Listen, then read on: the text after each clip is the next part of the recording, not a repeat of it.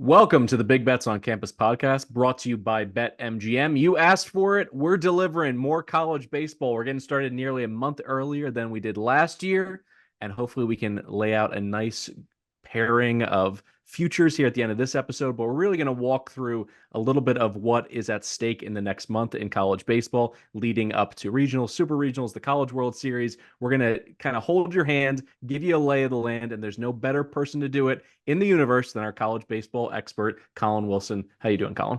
I'm doing great, Calabrese. And listen, I'm already peeking ahead towards football. I've got TARP ready. I got win totals ready. I've seen Arkansas's numbers. This is it. This is the end of the calendar year for the Arkansas Razorbacks. It's all in college baseball. So I couldn't be in a better place when it comes to our baseball team. And I'm glad we're talking college baseball. There's a hunger for this sport. It's growing day by day, and we are here to educate people on what the process is and how people get to Omaha and what the format is from there. Now, unlike last year where we dove directly into the futures market, we're going to stretch our legs a little bit here, talk big picture, weekend series, then we're going to target our futures portfolio. But you just mentioned the educational aspect of bringing a casual audience to college baseball and eventually the College World Series. So give us a bit of a primer on how the super regionals work, how teams punch their tickets. Yeah, this is a lot different. So there is going to be 64 teams that make the postseason tournament, just like college basketball. But there's a really big difference, and that is your at-large bids and your auto bids are much different than college basketball. Your at-large bids come from a pool of high RPI, your record in quad one and quad two. And that's if you didn't get an automatic qualifier, which is win your conference. Right now, Arkansas and Texas A&M are in a big battle to win the SEC. They will play each other in the last series of the regular season, and the winner of that gets an automatic bid into the postseason tournament. It's not like college basketball, where if you win your conference tournament, you're in. Conference tournaments don't mean anything in college baseball other than the long shot underdogs that are dying to get their RPI higher into the 30s and have a better quad one record. So it's much different. So you have all of these different qualifiers. You get into the tournament, you start regionals right after Memorial Day. You have to win a pot of 4 teams. That shaves it down to 16, which is the super regionals. You can consider that your Sweet 16 and your Elite Eight weekend in college basketball. You have super regionals where 2 teams will play in the best 2 of 3. So if you take anything away from all of that, you want to back teams in the futures market that you feel have locked up a super regional seed, a top 8 seed. We will talk about that a lot because if you got it, you're essentially sitting at home with a chance to go to Omaha. All right, before we get into some of the specifics, weekend matchups, futures, everything that I teased at the top of the show, let's get a quick game of pepper going here. You go first. Just hit me with some of your thoughts, hot takes, opinions on the college diamond as of today. Hey, I'm glad Texas A&M is hot. They're currently the number one team of all of the rankings that are out there right now, and I couldn't be happier because the number one seed is cursed. Since 1999, the overall seed has not won it. Miami was the last time to do that. That was in 1999, 25 years ago. The overall seed hasn't even made the championship round since 2009. That was Texas. Wake Forest got so close last year with that pitching staff, but they ran into LSU. And then again, over the last 25 years, you want to be the 2 seed. The 2 seed has won more titles than the number 1, 4, 6, and 7, 8 super regional seeds combined. You don't want to be number 1. Texas A&M can have it. I'd be happy if Arkansas fell into 2 or 3, but keep that in mind because there is a 25-year-long curse on that number 1 overall seed. All right, this has been a consistent storyline. I remember talking about it last spring with you. With the number one team, usually that's an albatross around their neck. When was the last team a team entered number one overall that you really were surprised they flamed out, as opposed to it kind of being an issue, maybe mentally in terms of the press, the prep, the lead up, the pressure negatively impacting the number one team? Yeah, it seems like any team that gets a number 1 seed has way too much pressure on them. I thought Wake Forest had the pitching to contain LSU last year. They didn't, but there's been other seasons where SEC teams come in extremely hyped. Tennessee had one of the best offenses in recent Power Five history a couple of years ago, absolutely flamed out. Be careful of those teams that are hitting heavy in late April and in May. Sometimes they flame out by the time they get to the postseason. But I would say the fact that Tennessee did not win that national championship as a number 1 overall seed is one of those that I just still can't believe. Tennessee's due to win one. It'll be a bad day in the Wilson, Arkansas house, but they're going to be right back there in Omaha, I think, again. So During college basketball season, buried in all of that prep, daily shows, writing things up. And basically, I peeked out a little bit. I wanted to pick out a team or two to add to my portfolio for futures. I looked at Florida last year. Hey, they were the College World Series runner up. At this point, even though they entered the season as a consensus top five team, they're in a free fall. They're 2-8 in their last 10. They can't pitch at all. Their team ERA is over 6, which is 188th in the country. And Jack Caglione, he can't do it all. Although he's trying. He's second nationally with 25 home runs. But the staff in general has just been so bad. A quick question on the Gators. Is it time to just sell on them? Are they packing it up for the season? Or is there any avenue for them to get hot late or to fix any of their issues? Obviously, at this point, can't transfer portal your way into a better rotation or staff in general at this point, but is there any reason for optimism, with a month to go before the tournament? I would say absolutely zero. They're going to face Arkansas in Fayetteville this weekend. That's going to be a tough run. But then after that, the schedule of the SEC is absolutely brutal. The one chance that the Gators have is to win the SEC tournament. But let's go back to the root cause of what the problem of Florida has been. They shifted out upperclassmen pitchers. And when you do that, you're taking a gamble with true freshman pitchers. And that's what they had with Liam Peterson. He was named the game 2 starter. And it's been rough about every single start, 6 earned runs, barely getting through 4 innings. They have had a really hard time with this pitching staff other than Jack Caglione, who pitches on Sundays. So they just don't have the pitching. They don't have the bullpen anymore. They don't have a game 2 starter. Brandon Neely's struggling on Friday nights. So I don't see how they're going to run through the SEC and then have enough pitching in the tournament to win 4 or 5 straight. Probably not going to happen. Oh, by the way, the SEC tournament does not invite every single team to Hoover. You have to qualify. So Florida's kind of in doubt for that too. So I would, even though this number is still like 25-1 in the market, they're done. Put a fork in them. All right, hit me up with another hot take. Well, I'll say good job, good effort by Kentucky. They rose all the way to the 3rd in the RPI, and then Tennessee came to visit them. Tennessee number 4 in the country, and Tennessee was able to take 2 for 1, win that series in Lexington, and that really kind of tells me good job, good effort, Kentucky. I have 3 teams that are on fraud watch. It was Kentucky, Oregon State, and Clemson. And Kentucky, I don't think so much is a fraud. They do not have the bats. UK lost that series because they just didn't have the power. Tennessee in those final 2 games, because Kentucky won the Friday night with Trey Poozer on the mound. Final 2 games, Tennessee hit 9 home runs.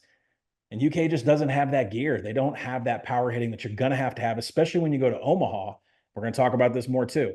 TD Ameritrade is a big part. It housed the White Sox and Royals for a Major League Baseball game. If you don't have power and you're not good at slapping doubles off the wall, you're not going to survive in Omaha. So Kentucky, good job, good effort. You may make the Super Regionals, but you are off my futures list. All right, Oregon State Fraud Watch. I'll put a pin in that one. I have a follow-up question a little bit later on our show. For my next hot take, it's time to raise the Pirate flag. Let's go ECU. The Pirates have yet to reach Omaha, advancing to the Super Regional 7 times, all of those appearances since 2001, but they never quite get over the hump. But now they're 7th in the country at 31-8, and this staff is just mowing people down. They're 10th in Ks per 9, 5th in staff ERA, 3rd in WHIP, and Wyatt Lunsford Schenkman. I'm always looking for some kind of star to hang my hat on. He's been one of the best closers in the entire country. He's 5th nationally with 15.4 Ks per 9. The question I have when it comes to ECU and really any of these teams trying to slot into that Cinderella role, how much do you put on managerial experience when it comes to getting to Omaha and figuring out how to handle the pressure, handle the big moments where you make decisions with your bullpen, obviously with your lineup, making moves as well? How much weight do you put on that for a manager coming in potentially without much experience?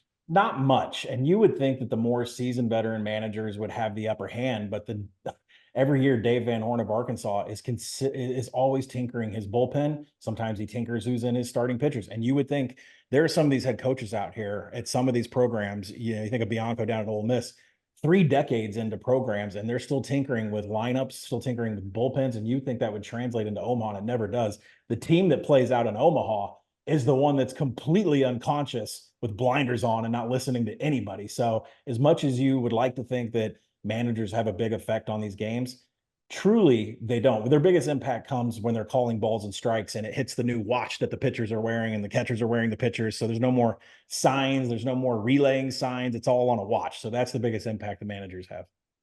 All right, you teased it at the top talking about Wake a little bit. They lost in Omaha in the semis last year in extra innings to the eventual national champs in LSU. How does this Wake team to you measure up in terms of potentially getting over the hump for a national title? Do they have it from a staff perspective? Do they have it in the clutch hitting department? They do. They absolutely have it from a staff perspective. I think this team can pitch just as well as the team that ran into LSU in what was kind of the semifinals of the national title last year. So wake up, Wake Forest is back. I posted a 25-1 ticket on Twitter a couple weeks ago. And that's because if you look at this remaining schedule, if they can just take the series, if they can take 2 of 3 from here on out, and especially in their last 2 series, they're going to be a super regional seed and everyone's going to have to come through home for them to get to Omaha. But look at what's happened to them through this year. Why did they fall? They were the number 1 overall. I think their opening odds were like 6-1 to win Omaha. And now they're down. They're around 25-1. Well, look at their pitching staff. Josh Hartle has a full run lower in xFIP than he does in his ERA. Chase Burns, who transferred in from Tennessee, has been fantastic, an ERA of 3, but his xFIP is 2.3. You're not into numbers? That means there is serious positive regression coming for an already stellar pitching staff. They have 2 easy series coming up this weekend with Notre Dame. Following that, non-conference against Western Carolina. Get out of here. I would take the 15-1 on this Wake Forest team right now, who I think is a super regional host, especially if they sweep or take the series against Clemson and NC State to round out May. I think they're ripe for buying for the next 2 weeks. All right, I'm going to close out our opening segment with a question. Can you see Irvine be a Cinderella in your opinion? Because when I look at their lineup, they have a ton of experience. They're top 40 in team batting average, walks drawn, runs per game, 5th in on-base percentage. And a big reason for that is Caden Kendall surprised everybody by deciding a return for his senior season. He was a mid-season All-American. He's batting over 400. Is it going to be enough when they come up against the big boys in the College World Series? Yeah, OBP is one of the most important things you can take to Omaha, especially, like I said, if you're a team that can slap doubles all day, hit off those deep walls and make it around the bags, that's good. I don't want to go poo-poo on West Coast baseball because West Coast baseball from the beginning of the season, like there's nobody in the Pac-12 that's that strong. There's, there's serious questions in the Big West. There's UC Irvine, there's Santa Barbara.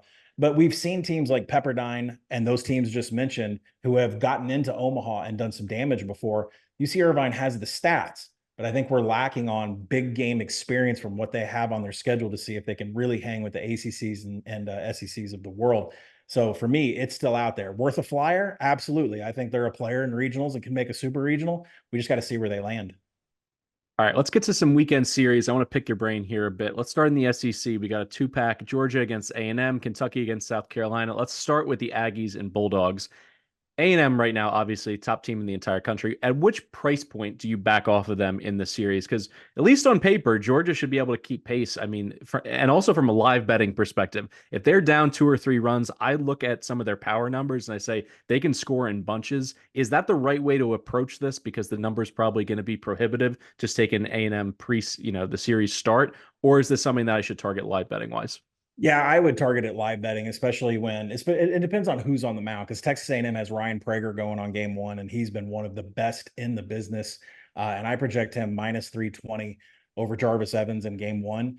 After that, Tanner Jones about minus 270 and Justin Lampkin about minus 260 after that. So for a series price, you're probably going to see something above minus 200. And I would consider Georgia if I could get greater than maybe plus 240, plus 250. They do have the offense to put up some runs here.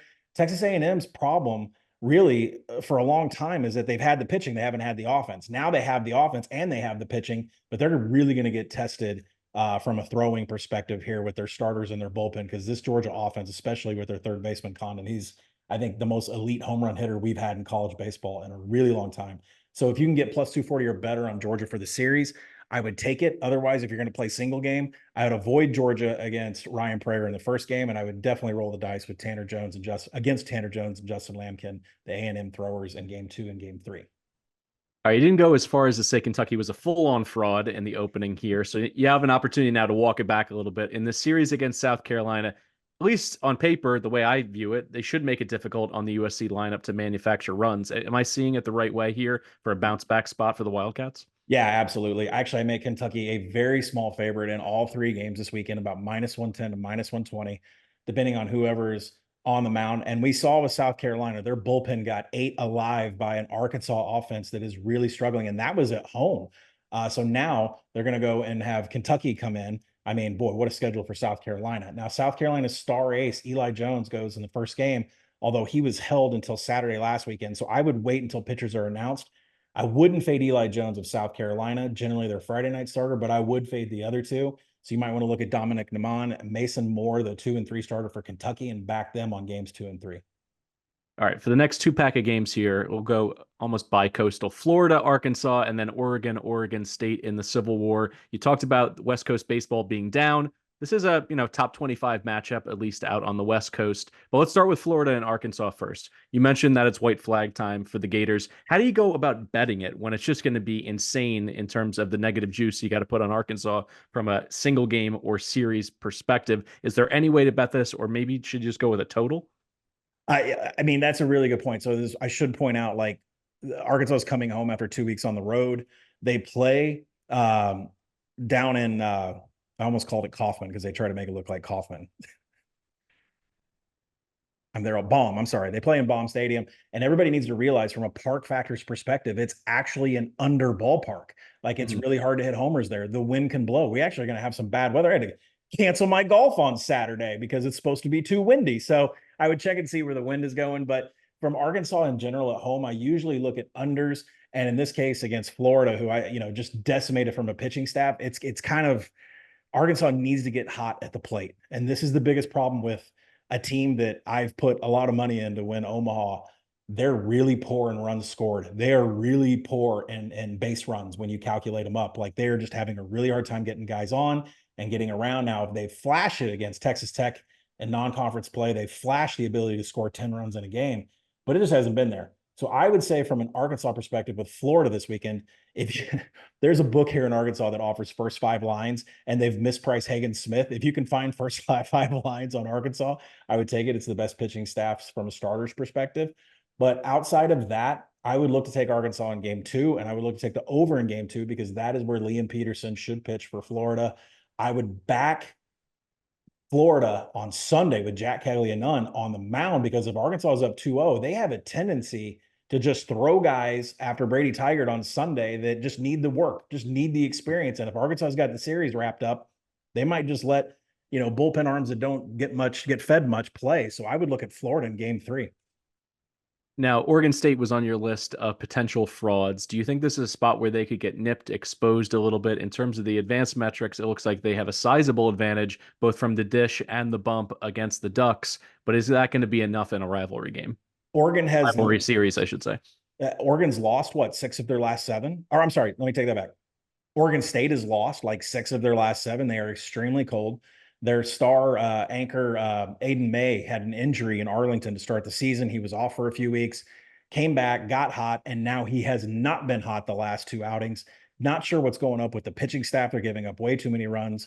From an Oregon perspective, they looked fine going on the road against Stanford last week. Although we did lose in the action app, for those of you that are tagging along in our NCAA baseball plays, we lost on Sunday because they spotted a grand slam to Stanford in the middle of the game, which didn't help. But Oregon is a team that's on the rise. And we're going to find out what Oregon State's made of. Cal is on the rise. Arizona's on the rise. Oregon's on the rise. If Oregon State wants to lock up the Pac-12, they have to win this series.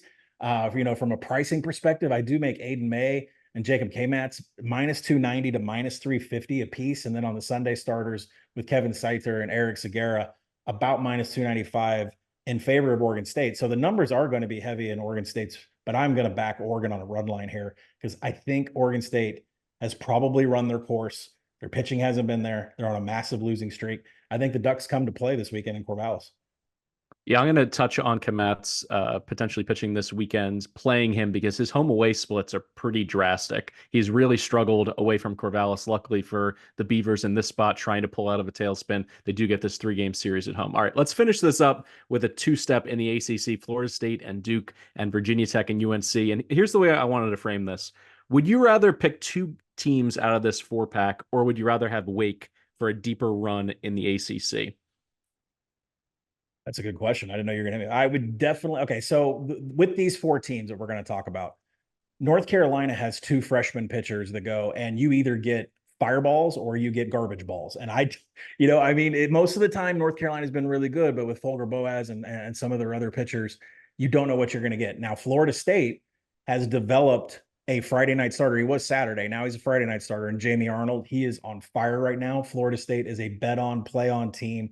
on Friday nights. But after that, it gets a little dicey about what they have after that. Now, Duke has the best pitching staff probably in the nation. Jonathan Santucci, their Friday night starter, can hang with the Hagen Smiths and the Trey Ye Savages of the world. And then that bullpen is absolutely the most elite in all of college baseball. But they don't really have the sticks that the other teams have, like Virginia Tech. Now, Virginia Tech, to me, I don't want to call them a fraud. They're not. But when they play at home, their park factors are like 1.5. That is a absolute launch pad, and it kind of adds a lot of noise to the numbers in the Hokies advanced analytics because it's a launch pad at home. They don't score as much on the road. To answer your question, to loop back, I would rather have a Wake Forest future than take 2 or 3 of these other 4 ACC teams. See, I'm glad that you brought up the home park advantage because out of this grouping, it's one of the reasons I really like Duke. You talked about their pitching staff. They're also top 20 in fielding, slugging, staff ERA. They strike a lot of people out as a staff. But the key stat to me, top 10 in road success. I want to see you do it away from home because obviously you need to do it in Omaha.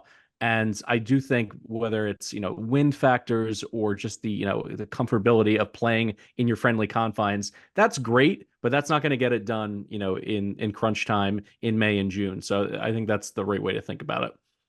All right. Now it's an opportunity for us to look specifically at single matchups this weekend, starters that you are champing at the bit to back Friday or Saturday this week. Yeah, we're always going to back Hagen Smith for Arkansas, left-handed pitcher. If you remember Randy Johnson from MLB, kind of like what we have here. Tall, lanky, violent delivery. He's faced 207 batters, 100 strikeouts, 207 batters, 24 hits allowed. I mean, it's just unbelievable numbers. He's on point right now. He's still on fire since the day he stepped on the mound in February back in Arlington. He has not dropped or had any kind of dead arm or anything. So Hagen Smith is a play on. Arkansas is a play on Friday nights.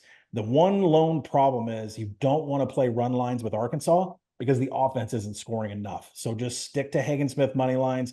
They're a little bit juicy, a little bit beefy, but it's almost an auto play at this point.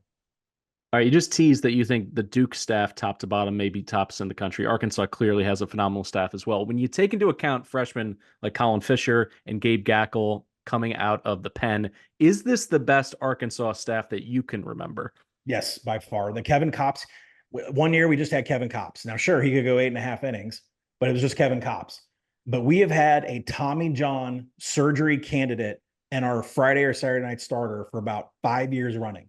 This is the first year Arkansas has been completely healthy. And it's the first year there's at least 7 arms on the bullpen that Dave Van Horn can call on at any time. It is the most complete pitching staff we've ever had. Now, I was very happy to hear you name drop Ryan Prager from A&M because I am interested in a bounce back spot for the lefty after he got shelled by Alabama. Yes, Georgia has a dynamic lineup that can stack home runs, but I love what Prager brings to the table as a strikeout artist. He has hit double-digit Ks in 4 of his last 9 starts. I think he's too good to be held down 2 games in a row. And as I mentioned, that rough outing against Alabama, I think you're going to get his best effort in this one. So you tell me the price. I figure I got to pay, minus 300, minus 340. Is that about right? Yeah, I mean, it depends on when you get it because the books, you know what? I'll give odds makers a little bit of credit. Their numbers are much closer to my projections than they've been all these years past. They're maybe 50 cents, 60 cents off as to where they used to be wildly like $2 off. Totals they're still struggling. They're about 2.5 runs wide variance. But when it comes to Texas A&M this weekend, I make it minus 320 for Ryan Prager against Jarvis Evans of Georgia. And that is all based when you say, where do you get your projections? It's based upon ERA, FIP, and XFIP. And then I project that for Ryan Prager or whoever the starter is. I project that for their closer. And then I project the remaining innings, how many innings we're going to get in between for the entire bullpen staff with their ERA, FIP, and XFIP. And then you mix in a little base runs and runs per game and defensive metrics. And that's how you get a projection. For Ryan Prager, minus 320 is the number. And you're saying, well, how do I bet this? Go Thursday night. There will be some books out there that will put some numbers up. And if you see minus 280, you're probably going to see it in the app from me. But the run lines usually don't come until an hour before first pitch. So keep that in mind. Like you have to make a decision when you see that opening number. Do I want to play this on the money line now or wait until the money line goes up and I got to play the run line tomorrow when the run line's available? It's a really tough decision, but make sure you're backing a good offense if you're going to play run line. But other than that, look for minus 280 on opener with Texas A&M. I would play that against Georgia. So I have a 3-year-old and a 5-year-old in our house. So we do word of the day. Let's play a little of that right now. Just for our audience, for the casuals out there, what is XFIP? What the hell are you talking about? It's fielding independent. It's basically your ERA, but it takes out all the noise around what happens in the field after the batter makes contact with the ball. I think if I went any deeper on XFIP, then it might confuse little people, but it's a more accurate fielding independent projection of what the pitcher is doing. You don't have to worry about if your defense is screwing up. Did the umpire call an error or not? There's a lot more errors in college baseball than there is in Major League Baseball. So that puts XFIP and xERA more into play than ERA and FIP. So who's the next starter you're looking at on Friday or Saturday? Let's talk about the Vandy boys. I like the Vandy boys. I mean, the Vandy's always perennial, making it to Omaha every year. Let's take Carter Holton, junior southpaw. He throws game 2 for them the last 2 series. They've kind of mixed up who's throwing what night, but Carter Holton is the Saturday guy right now. He has one of the highest canine rates in the company. You want a very strong strikeout to walk ratio when you go up to Omaha. Positive regression coming for this pitcher. And this is the time of year where I'm looking for that. If your ERA is, say, 3, but your XFIP is 5, I know that you've had some smoke and mirrors and some magic tricks to get to where you've been. So I'm always looking for positive and negative regression around this time of year. Carter Holton absolutely can do better than what he's shown. His FIP and his XFIP are nearly a run lower than his ERA. Let's continue to back Vandy on game 2.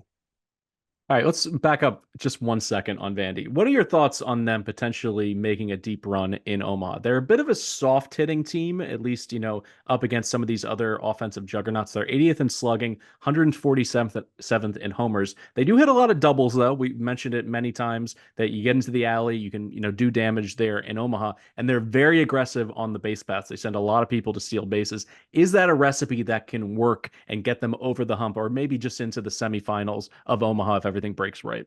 Yeah, I think it does. That is a formula that can get them there. They don't have the elite power bats that Tennessee has. When you think of what Moore did this past weekend, Yeah. He dirtied up Florida.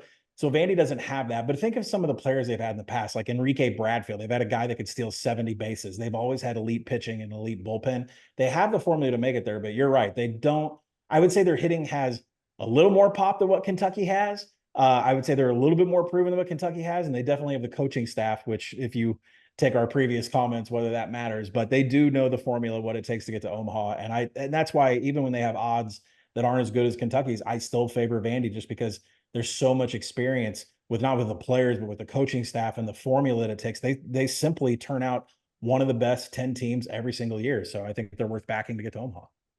So I started with Ryan Prager in a bounce back spot. I'm going to go with Jacob Kamatz from Oregon State, also in a bounce back spot. Although he's coming off a solid outing. He did lose to Cal, but he pitched pretty well in that one. He only gave up 3 earned runs. And honestly, this just kind of breaks down to 2 things. Oregon's lineup doesn't scare me. And the home away splits that I alluded to earlier, he has been lights out at home. The former freshman All-American's 5-0 at home, and that includes a complete game gem against Arizona State, in which he only gave up 1 run. It was a homer in the 9th. He struck out 6 in that one. I think he's going to get them back on track. He's the exact guy they want on the bump in a game like this, in a rivalry game with so much at stake from a momentum perspective. I think this is going to be, I'm interested to hear what your projections are and how much juice I need to lay in this spot. But unless it's really prohibitive, I think I'm on Oregon State here. I don't know necessarily if I'll mess around with any run lines, but from a money line perspective, I trust Kamatz. Yeah, it depends on who he draws this weekend in game 2. So RJ Gordon, Jacob Kamatz would be about a minus 290 favorite. And then if he draws, say Kevin Sider in game 2, that would be about a minus 318. So you're going to have to pay to get him. But with these home road splits, which are a serious thing in college baseball, there are so many players that are so much more comfortable at home and can strut their stuff at home, and they are nothing on the road. And sticks are the same way. Lineups are the same way. So if you have home road splits, specifically in this case, I would actually bump that raw projection of minus 290 against Grayson Grinnell. I would jump that up to maybe, like a minus 340. RJ Gordon, I would bump that up to like a minus 340. So I would look for anything below minus 300 and get ready to lay it and play the run line. Especially think about Oregon State. When you look at their runs per game, 8.5 runs per game, Oregon's 7.2. I don't fear taking a run line with a team that averages 8.5 runs per game. All right, we are now on to our futures portion of the podcast. If we want to just go in and give one each, obviously you want to be able to build on this. Maybe not a team that's necessarily in the top 10 right now, because we are going to be back in mid-May for weekly episodes to help you grow that portfolio and hopefully head into the College World Series, the Super Regionals, holding 4 or 5 tickets so that you're not necessarily tied up in one team. Because unfortunately, the way the format works, baseball can be a fickle sport. Sometimes those little shots just drop in over the second baseman, get a rally going. Sometimes hits can be, coming and going in terms of offenses that are trying to manufacture runs, as you talked about a team like Arkansas that need to be able to basically step up in those clutch moments. It can be difficult. So you don't want to be only holding one ticket. So let's get it started. What's the future that you're bringing to the table today? I'm going to take an Oklahoma 9-1. I put it in the app last week, but there not a lot of books are offering that. So if you have to take a 70-1 for them to win the College World Series, you can do that as an alternate. But I love 9-1 to make Omaha. This is a team that just was in Omaha 2 years ago, made it all the way to the championship round before taking a loss. They're 22nd in the RPI. They have a winning record in quad one games. They're 14-9 when you throw in the quad two games with the quad one games. And what I love is that they're 9-3 on the road this season. You heard Calabrese talk about home road splits. Teams that win on the road are going to be able to win going to a regional as a 2 or 3 seed as a guest. They're going to be able to go to Omaha and do some damage. And this Oklahoma team has experience doing that. To me, they're shooing to make the regionals. There's no question about it because of how high their RPI is and what their quad one record is. So, that this is a program that ran through Gainesville and Blacksburg 2 years ago. And I bring that up because those can be an intimidating place to play in the SEC. And then Blacksburg is a launching pad. So this is half this roster was a part of those campaigns. So it's a very seasoned unit. I like them to make it to Omaha, but with a 9-1 just to make it there, this is something that I'm not going to touch during regionals, but I am going to hedge for one unit when we get to the supers. So OU 9-1 to make it to Omaha. 19-1, the Duke Blue Devils to win it all. As I mentioned before, top 10 in road success. I value that above just about any other team stat. They're really well balanced. I mentioned the fielding, the slugging, the staff ERA. They strike out over 11 per game, which is ninth nationally. So when I think about the teams that have won in recent years, they clearly have the staff to overpower teams. Like, forget about putting it in play and then, all hell breaks loose. If you can't even hit the ball, then you really are going to struggle to score runs against Duke. And I have a superstar, Jonathan Santucci. He hasn't been overly consistent, for long stretches this year, but his high end, as you mentioned, is just about as good as anybody in baseball. So I want to try to replicate the magic we had with LSU last year. When I think about, coming down the stretch and other teams having to strategize around an ace like that, it's like, we're probably not going to get that win. So how does that have a ripple effect on how we use our starters, how we use our staff for the rest of the series? I like someone who has that much gravitational pull in a single series matchup. So that's what I'm going to go with Duke. I know that the ACC is very challenging. It's still up for grabs in terms of who's going to win that regular season. And that stretch run, I'm hoping, can kind of steal them and give them even more belief in making one of the deepest runs in program history. What do you think about the Blue Devils, particularly at this price point? You always want to shop around. Maybe you can get 20-1, a little bit better. Obviously, that's important to do so. But at 19-1, is that a buy situation for you?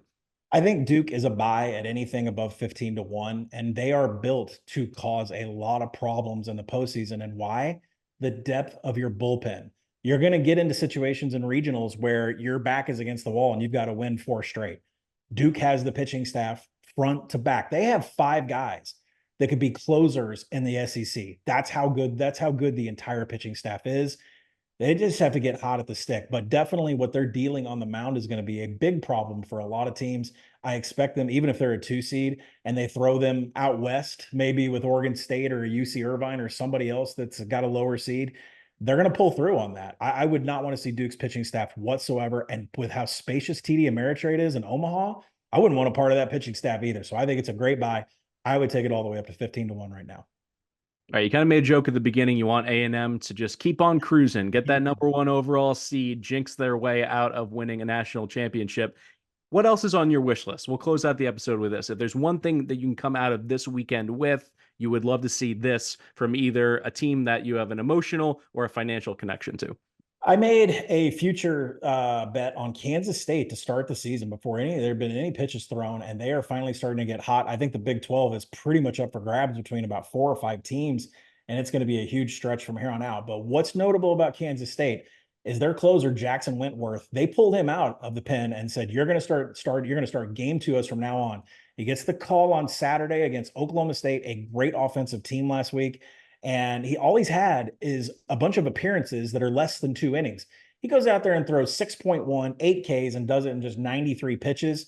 If Kansas State has their closer now as a starter who can get into the 7th inning and throw with that kind of efficiency, I am going to casually look at the number I bought last January in Kansas State, keep my eye on them this weekend, because, if they can win the overall regular season, or if they can make their way into regionals and they get this kind of pitching performance, maybe they can do some damage here. So Kansas State's the team I'm going to watch this weekend. For Colin Wilson, I'm Mike Calabrese. This has been the Big Bets on Campus podcast presented by BetMGM. Our college baseball coverage is just getting started. We're going to be back in mid-May and then showing up every single week all the way through the regionals, super regionals, everything in Omaha for the College World Series leading up to the national championship, holding your hands along the way, helping you put as many bets on the board as you can. And as always, it helps us so much if you can go ahead and review, comments on YouTube, on your podcast feed as well. 5-star reviews. We would love to give away some free bets. I'm going to say it right now. The next 5-star review that mentions us, I'm going to go ahead and give you a free $10 future of a team of your choosing. So please go ahead and get that on the board. And our producer, Matt Mitchell, is happy to hand out some Action Network swag as well. All right. Going to see you guys next time for more action on the College Diamond.